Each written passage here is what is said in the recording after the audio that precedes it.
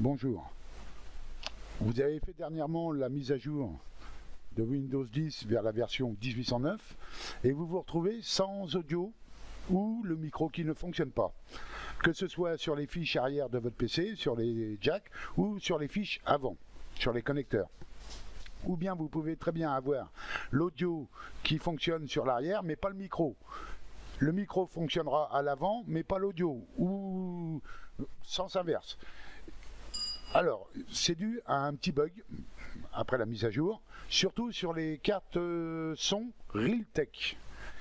Alors, pour savoir déjà si vous avez une carte son Realtek, vous faites un clic droit sur le menu démarrer, le gestionnaire de périphériques.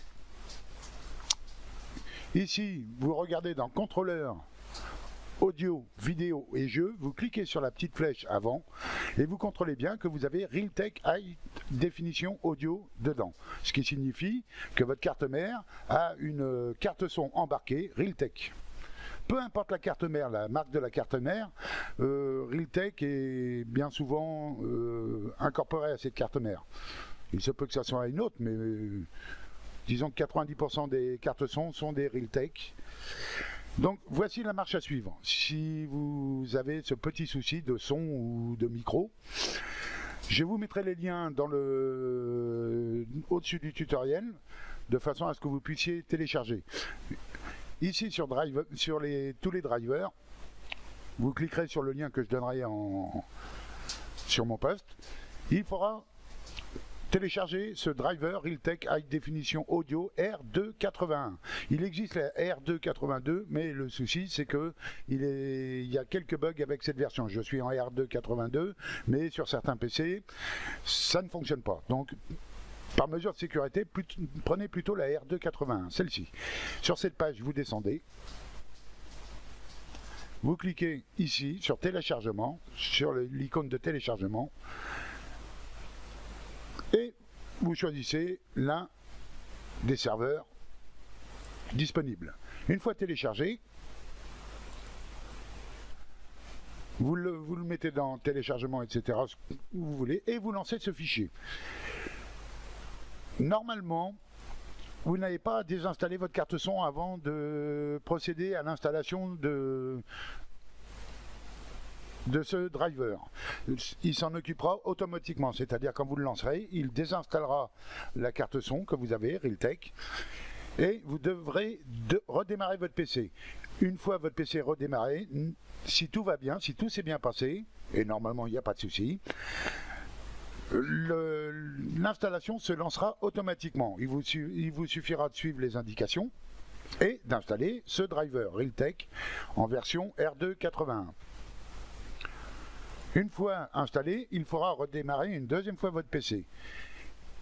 Et lorsque tout sera fini, vous aurez redémarré, vous devriez vous retrouver avec un gestionnaire, ici, audio. Dans votre barre des tâches, tout en bas à droite, vous aviez le petit haut-parleur ici, qui vous permettait de régler le son manuellement et d'aller,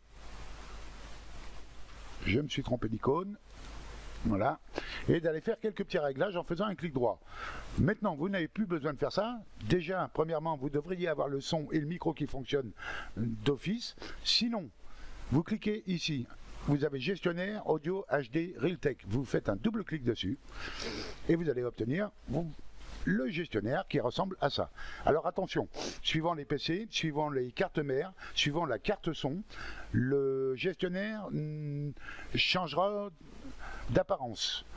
Pour moi, il est comme ceci. Pour vous, vous aurez peut-être, par exemple, ici, vous voyez les connecteurs verts et roses ou mauve, comme vous voulez, qui seront sur la droite ou qui seront au-dessus. Peu importe, le principe est toujours le même. Vous aurez en haut haut-parleur, digital output et microphone. C'est ici que vous allez régler vos haut-parleurs et votre microphone. Pour le haut-parleur, c'est simple. Vous mettez sur haut-parleur. Ici, vous avez le son pour le monter. Si vous montez le son ici, il montera aussi ici. Je suis à 57 ici et je suis à 57 en haut. Vous n'aurez pas à toucher aux petites icônes ici en bas. Vous pouvez tester bien sûr le son ici. En cliquant dessus, vous aurez... Je ne sais pas si vous l'avez entendu, mais bon, vous pouvez tester le son. Et vous aurez l'affichage ici de ce qui est connecté à votre ordinateur. Pour ce bouton, je vous conseille de ne pas trop y toucher parce que ça déforme bien le son, canalisation, salle de bain, etc.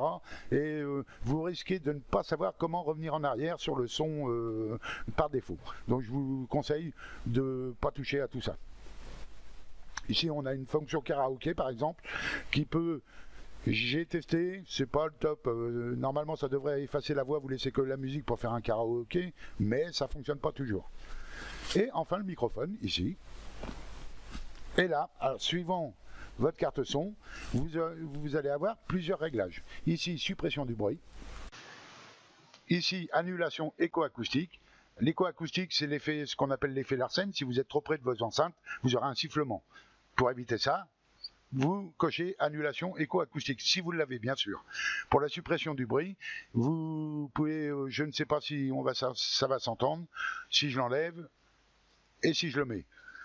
Et le mode conférence, alors le mode conférence, il n'est pas évident que vous l'ayez, ça dépendra de votre PC. Si vous l'avez, ça permet d'amplifier votre micro. Le problème, c'est que si vous amplifiez trop fort, vous entendrez tout. C'est-à-dire les petits oiseaux dehors qui gazouillent, votre chien qui aboie dans la cour, etc., etc., la sonnette du visiteur qui vient vous voir, etc. Donc attention, ici par exemple, je suis réglé sur 2, pas plus. Si je règle au-delà, vous allez entendre tout ce qui se passe à côté. Et ça, pour un tutoriel par exemple, c'est pas le top. Par contre, lorsque vous discutez sur Skype ou trucs comme ça, bon, vous faites comme vous voulez. Et ici, enfin, vous avez le réglage des haut-parleurs et micros, c'est-à-dire qu'est-ce qui est branché dessus. En cliquant dessus, vous voyez ici par exemple, à l'avant analogique, ce sont des écouteurs. Vous pouvez le mettre soit en auto, soit dire au gestionnaire que ce sont des écouteurs ou un casque. Je vous conseille de le laisser en auto. Attention, cette option, vous ne l'aurez peut-être pas. Je précise, ce sera suivant votre carte son et votre carte mère.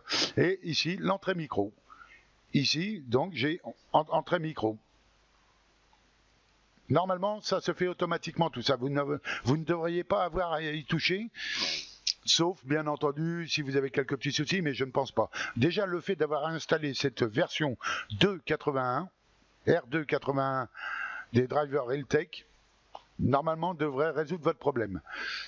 À noter tout de même que si vous faites une mise à jour, par TLD par exemple, eh bien, il va vous trouver des nouveaux pilotes pour votre carte son. Je vous déconseille de les installer. Si vous les installez, votre gestionnaire audio disparaîtra. La carte son en elle-même n'a pas besoin d'une mise à jour régulière pour le son. Si vous avez l'audio, si vous avez le son qui fonctionne, je vous conseille de ne pas toucher au pilote. Laissez le pilote, même si c'est un ancien pilote, laissez-le. Bien souvent, à vouloir mettre à jour la carte son, on se retrouve avec ou plus de son, ou plus de micro, et ça devient la galère ensuite pour réinstaller les anciens pilotes. Voilà.